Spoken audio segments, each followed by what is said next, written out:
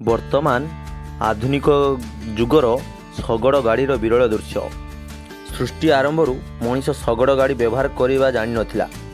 ପାହାଡ଼ରୁ ପଥର ଓ କାଠଗଣ୍ଡି ଗଡ଼େଇବାଡ଼ୁ ଅନୁକରଣ କରି ଚକର ଉଦ୍ଭାବନ କରିଥିଲା। ଚକର ଉଦ୍ଭାବନ ପରେ ଗୋଟିଏ ସ୍ଥାନରୁ ଅନ୍ୟ ସ୍ଥାନକୁ ଜିନିଷ ସ୍ଥାନାନ୍ତରଣ କରିବାର ଚକର ବ୍ୟବହାର କରାଗଲା। କାଠର ନିର୍ମିତ ଗାଡ଼ିରୁ କାଳକ୍ରମେ ଉନ୍ନତିକରଣ କରାଯାଇ ଶଗଡ଼ର ବ୍ୟବହାର କରାଗଲା। କେତେକ ସ୍ଥାନରେ ଏହି ଶଗଡ଼ ଗାଡ଼ିକୁ ବଳଦ, ପଣ୍ଡା ଓ ଘୋଡ଼ାମାନେ ଟାଣିବାର ଦେଖାଯାଉଛି।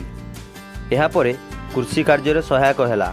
କାଳକ୍ରମେ କାଠ ଉପରେ ଅନିକିଳ, ତୁମ୍ବ, ଅର, ପହି, ଦଣ୍ଡା, ଝୁରାଡ଼ିଅ ଭଳି ଅନେକ ଲୁହାର ଉପକରଣ ଖଞ୍ଜି ଦିଆଗଲା।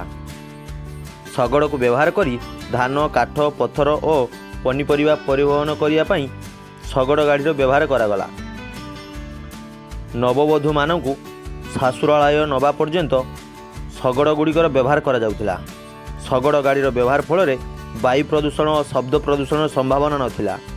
କିନ୍ତୁ ବର୍ତ୍ତମାନ ଯୁଗରେ ଯନ୍ତ୍ର ଗାଡ଼ିର ବହୁଳ ବ୍ୟବହାର ଯୋଗୁଁ ପରିବେଶ ପ୍ରଦୂଷଣ ହେବା ସହିତ ବହୁ ମାତ୍ରାରେ ଦୁର୍ଘଟଣା ଜନିତ ଜୀବନହାନି ଅତି ସଂଖ୍ୟାରେ ବଢ଼ି ଚାଲିଛି। ଏପରିକି ଶଗଡ଼ର ଦୃଷ୍ଟିଗୋଚର ଆଜି ସମାଜରେ ହେଉନାହିଁ।